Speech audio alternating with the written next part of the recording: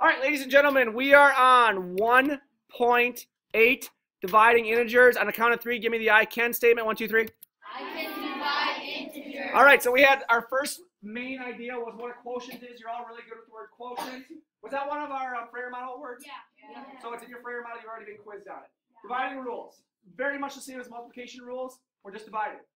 Negative divided by negative is a positive, much like a negative divided by a negative is a positive, much like a negative times a negative is a Positive. louder. You have to be louder. Okay, our practice. We went through several practice problems where we're dividing on the number 6 anyways, a negative divided by a positive. Number 7, a negative divided by a negative. And number 8, in fraction form, we had a positive divided by a negative. A couple of different ways that division problems look like on 6, 7, and then also on 8. The problem, not the problem, but the hard part of the lesson came at number 4, in which we were dividing with order of operations. Number 9, super duper. Everyone did well on that. We got to remember that right here, is this a rewrite or not? Yeah. No, a division and a subtraction is not a rewrite because this is an operation. The dividing is an operation. The negative is just a sign. Okay? That's confusing. Is this a rewrite right here? Yes. As you can see, we rewrote right here with the negative and got our 0. Number 10 is where the problem came in, or where it got a little bit more difficult. We said 9 divided by 3, or 9 minus 3 over 2 is equal to 6 over 2, which is equal to 3. Order of operations really says, since we have division, we should do that first. But we said that if you have a fractured numerator, a severed numerator, we should redo it.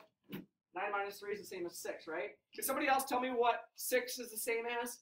6 is the same as 9 minus 3, and 6 is also the same as what? Josh?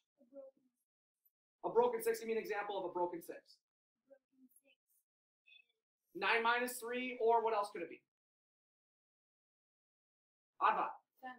7 minus 1, right? Anything that gets you to 6 is a broken 6. So in dividing fractions, you can actually fix the numerator so that you don't have a broken numerator. Again, a broken numerator in this case would be 9 minus 3. It actually is 6 because 9 minus 3 and 6 are the same thing. Remember, we had that big long explanation on that. Okay? Number 11 then, we had 20 minus 4 over 4 plus 16 minus negative 6 over 11. I think it was Veronica. No, it was Tiffany who did the rewrite for us. We have a broken numerator. 20 minus 4 is 16. 16 minus negative 6 is 16 plus 6 because of the rewrite. And 16 plus 6 is 22. So we had 16 over 4 plus 22 over 11. We did order of operations. We came up with 4 plus 22 over 11. We came up with 4 plus 2. We came up with 6. Yes or no? Yes. Real world applications.